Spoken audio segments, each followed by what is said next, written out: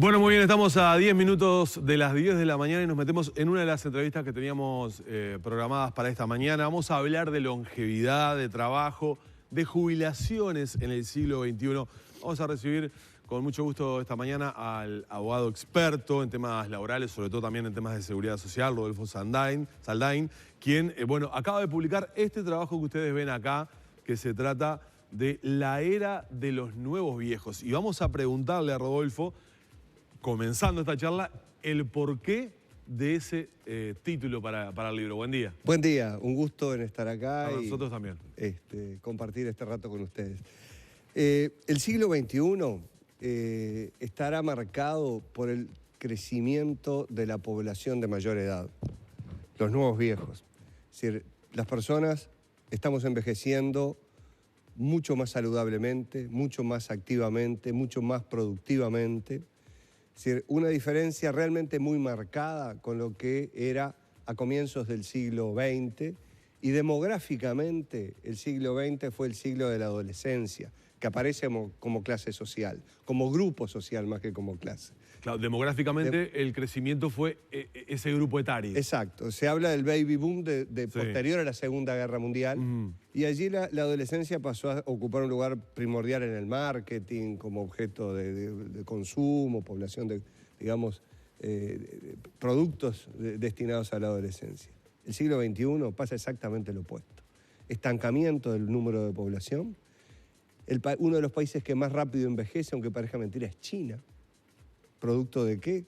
Producto de la política del hijo único. Pero no solo China. Sí. Uruguay también se estanca en población, y el grupo social que más crece es el de los mayores de 65 años.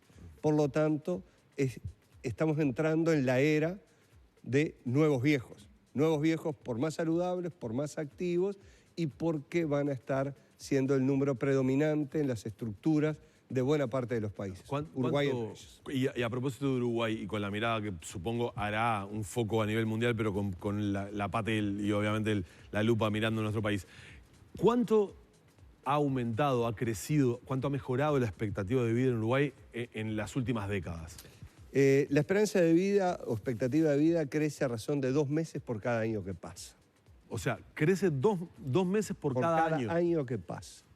¿Eso es muy rápido? Es muy rápido y viene creciendo, y digamos, la velocidad en la que aumenta también viene creciendo. Hoy en Uruguay, para que el televidente lo tenga presente, ¿en cuánto está ubicada la expectativa de vida o la esperanza de vida para hombres y mujeres? Bien, una cosa es al nacer. Sí. Y otra cosa es a la edad de 60 años, por ejemplo. Al nacer estamos hablando en el eje de los 76 años, pero al llegar a los 60 años, esa esperanza de vida está por encima de los 20, 23 años. Y con una diferencia muy marcada entre hombres y mujeres. La mujer tiene una expectativa de vida mayor. Entre 4 y 5 años más. Y hay otra diferencia bien marcada, por nivel socioeconómico. La longevidad no es equitativa. Aquellos sectores de mayor nivel socioeconómico, y particularmente los más educados, tienen una esperanza de vida significativamente mayor que los otros sectores. Esos son temas bien importantes en el momento de formular política, ¿verdad? Claro, bueno, y a eso voy. Presentado de alguna manera este gran capítulo o este foco demográfico en el trabajo, ahí tenemos que hablar de seguridad social. Y sí. O sea, hay que repensar la seguridad social. Hay que decirle a los estudiantes que Rodolfo integra el grupo nominado por el Poder Ejecutivo, que tendrá a su cargo, esta difícil tarea de, una vez aprobada la ley de urgente consideración, empezar a trabajar sobre la reforma del sistema. Sí, si bien el grupo no está todavía designado, todo hace pensar que voy a estar integrando ese grupo. Bueno, en todos los ámbitos ya se nombra, ya está su nombre puesto bien, aquí. Efectivamente, todo esto impacta en la seguridad social, y no solo en los temas financieros, que obviamente son importantes, pero impacta también en la seguridad social y en el mercado de trabajo, cosas que están muy atadas, ¿verdad? Es decir, una persona a los 60 años, que es la edad mínima jubilatoria que hay hoy en el Uruguay, en el BPS, hay otros sectores que tienen edades más bajas, es una persona que está en plena potencialidad productiva, y que incluso uno de los principios digamos, que hacen a la propia salud del envejecimiento, a la mejora en la calidad de vida, es la actividad laboral. Pero hoy tenemos la concepción de, cumpliste 60, tomá, acá está tu jubilación, tu casa, el sillón, la tele y la radio. Bueno, sí, yo creo que esa concepción hay que dinamitarla, ¿verdad?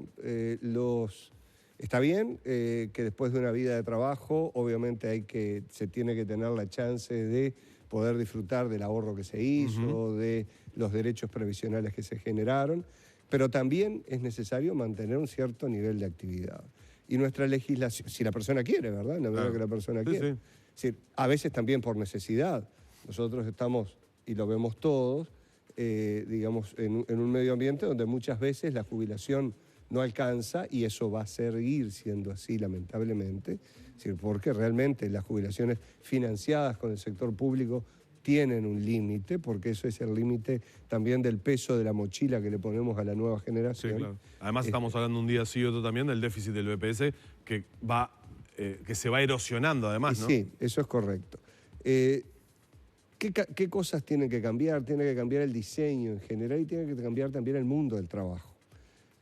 Antes de salir al aire yo comentaba que el Instituto de Derechos Humanos, por ejemplo, ha observado llamados de organismos públicos que establecen límites de edad para postularse.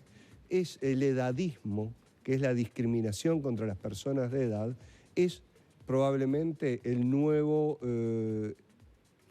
la nueva dirección de la discriminación que va a estar muy sobre la mesa, así como estuvo la discriminación por razón de sexo, por razón de preferencias sexuales, etc. Ahora, en los países desarrollados, el edadismo tiene un rol central. ¿Y dónde está ese corte de edad para los llamados? Es decir, más de 40, 45 años ya comienzan a aparecer problemas para encontrar trabajo. Claro, sí, claro. Es decir, hay Recursos Inhumanos, es una serie de Netflix francesa, que la protagoniza, el actor es Eric Cantona, número 7 del Manchester United. Con un papel insospechado de con Cantona, un papel como actor, insospechado, ¿no? Exactamente. ¿Cuál es el meollo de la serie? Es una persona de 57 años que ya viene transitando un periodo de 6 años de desempleo y que entra en esa situación de desesperación, incluso de debilidad, de fractura de su núcleo familiar, de su todo entorno vital. Es decir, allí hay dos grandes lecciones. Primero, es decir, la importancia del empleo en la vida de las personas, porque es lo que, es decir, en el mundo en el que estamos, es lo que estructura el propio sentimiento de pertenencia. Pero hay otra cosa bien interesante, y es la transformación de Cantona, un jugador profesional de fútbol, de élite, número 7, delantero de élite del Manchester United, claro. de Alex Ferguson, en la década del 90, de King, como le llamaban en el Reino Unido.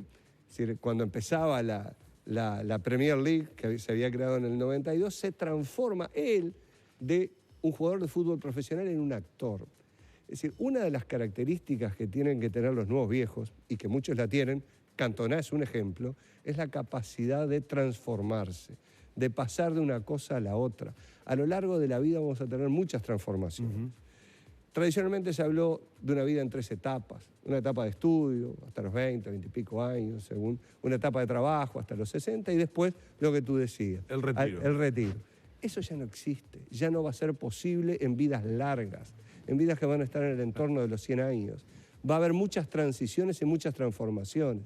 Esta serie tiene esos dos elementos que son centrales. La transformación del jugador de fútbol profesional en un actor, y en un actor que realmente es el que lleva la serie. Claro. Y por otro lado, la anécdota que cuenta del desempleado de larga duración en su depresión, y bueno.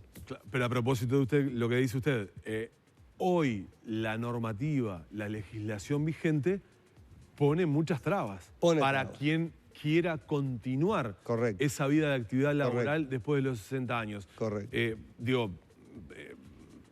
Sobre la base de supuestos, una persona hoy se retira de la actividad, digamos, con su jubilación, y si se desempeñó en el ámbito privado, va a tener muchísimas trabas y va a querer continuar con otras actividades. Claro, es que no va a poder continuar de manera legal. A menos que lo haga en la informalidad. Claro, que lo vemos todos los días.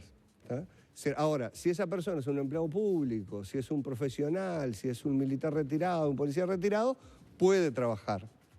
Pero no lo puede hacer si es el sector privado. No tiene la más mínima lógica esa limitación.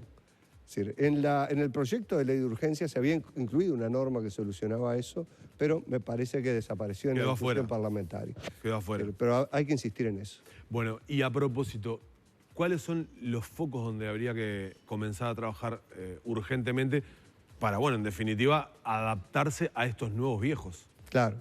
Sí, hay que mirar básicamente lo que han hecho los países que tienen un mejor desempeño y que ya han transitado por procesos similares al nuestro. Por ejemplo, países como Países Bajos, Dinamarca y otros, son países que brindan muchos mejores beneficios que la legislación uruguaya, con poblaciones más envejecidas que la nuestra y con un menor componente de gasto público, es decir, de gasto financiado con recursos públicos. ¿Cómo es que lo logran? Es lo que en el libro yo le llamo los mejores de la clase, al aprobar el triple examen, que bueno, ya nos llevaría a mayor profundidad. Lo logran con sistemas mixtos de larga data, no necesariamente de ahorro individual, pero sí plenamente capitalizados. Y básicamente, y esto es una curiosidad, surgen de la negociación colectiva los planes de capitalización colectiva. Han sido producto de la negociación entre trabajadores y empleadores. No digo que eso sea replicable en Uruguay, esa es la realidad de Dinamarca, de Países Bajos, de Suecia.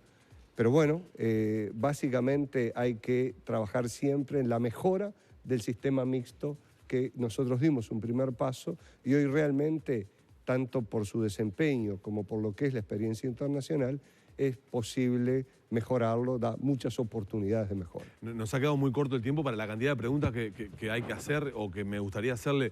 Le quiero preguntar por dos cosas en el final. Es decir, el actual régimen de ahorro individual, tal como está concebido, usted dice de mantenerlo, pero hay que cambios, ajustarlo. con mejorarlo. Yo entiendo que hay que ajustarlo. Hay que cambiar el diseño del proceso de acumulación, el rol del inversor de los fondos, lo que hoy son las AFAPs, en mi opinión, debe variar. Debe también variar la forma en que se desacumula eso, es decir, el acceso a lo que es la jubilación del segundo pilar también tiene que tener cambio. Y en el final, en el mediano plazo, ¿hasta dónde es viable el BPS tal como está si no se hace nada? Y va a ser viable siempre, en la medida en que siempre haya... a costa de sacrificar todas las demás políticas.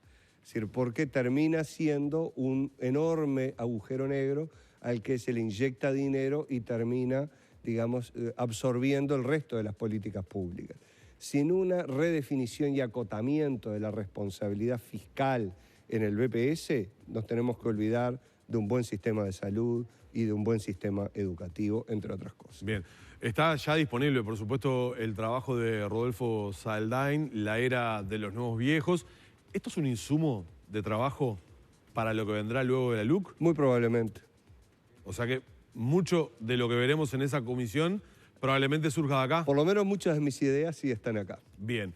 Le voy diciendo ya, me está diciendo la producción que esto es a cuenta de más. Ya tendremos oportunidad de seguir conversando sobre esto, ¿eh? Como no, porque será bueno, un gusto. Creo que es un tema que se impone, el tema de la seguridad social es un tema que se impone. Gracias por habernos acompañado, Rodolfo. Un gusto y ha sido un placer. Bueno, cerramos la entrevista por acá.